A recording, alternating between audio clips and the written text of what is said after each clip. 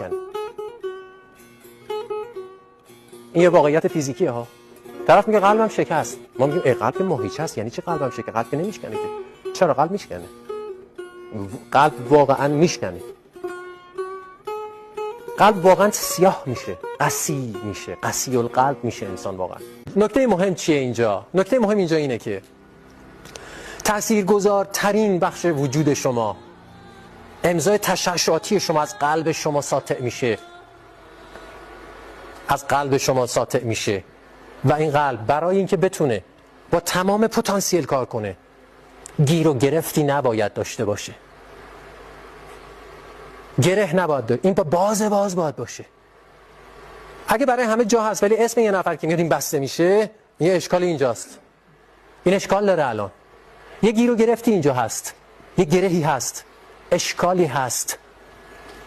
قلبی میتونه معجزه کنه که هیچ گیر و گرفتی توش نباشه. قلبی که اونجوری اون باز شده باشه، هرچی بخواد میشه. اولین بافت تمایز یافته قلب. قبل از هر چیزی قلب شکل میگیره، بعد از همه از کار میفته. تا وقتی اون 9 ماه طی میشه، شما به دنیا میایین، 120 سال زندگی میکنین و بعد که این کالبد رو ترک میکنیم تا لحظه آخر تنها عضوی که قبل از همه شروع میکنه، بعد از همه آخرین نفره که حرکتش رو ختم میکنه قلبه. قلب هیچ وقت اعتراض نمیکنه. قلب مظهر فروتنی است، هیچ وقت غر نمیزنه. یه لحظه بگه نمیخوام، سکته، مرگ.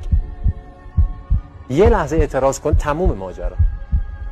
هیچ وقت اعتراض نمیکنه، هیچ وقت غر نمیزنه، هیچ وقت خسته نمیشه، خستگی ناپذیره تا آخرین نفس. هر یک از اندامهای ما با یکی از اجرام سماوی به لحاظ انرژیک در ارتباطن. قلب در ارتباط مستقیم با خورشید است. نام دیگر خورشید مهر است.